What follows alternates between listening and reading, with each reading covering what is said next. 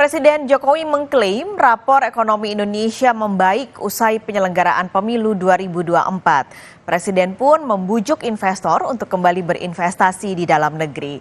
Hal ini disampaikan Presiden di hadapan pelaku industri perbankan dalam agenda pertemuan industri jasa keuangan. Presiden berharap arus modal bisa kembali masuk sehingga mampu menggerakkan iklim investasi lebih baik.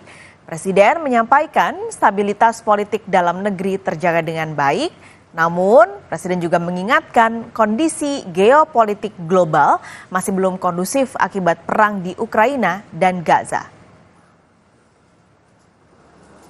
Saya tahu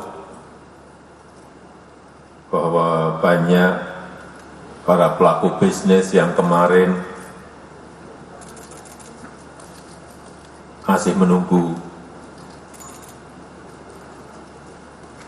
pemilu, wait and see. Karena agak khawatir dengan politik yang memanas menjelang pelaksanaan pemilu. Tetapi sekarang, alhamdulillah, pemilu berjalan dengan lancar, masyarakat berbondong-bondong ke TPS juga dengan riang gembira.